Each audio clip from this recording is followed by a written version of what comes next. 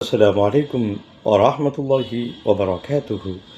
உங்கள் அனைவரின் மீதும் ஏக இறைவனின் சாந்தியும் சமாதானமும் உண்டாகட்டுமாக.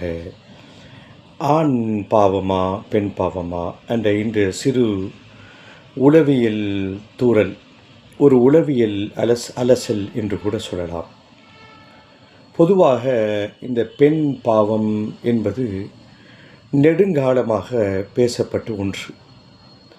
படைப்பினங்களில் உடல் ரீதியாக மன ரீதியாக பெண்களுக்கென்று சில பிரத்யேகமான அமைப்புகளுடன் இறைவன் படைத்திருக்கிறார். என்னதான் பெண்கள் என்ற அடிப்படையிலே அவர்களிடத்திலே உணர்வுபூர்வமான சில மாற்றங்கள், உடனடி பிரதிபலிப்புகள் ஏற்படும்.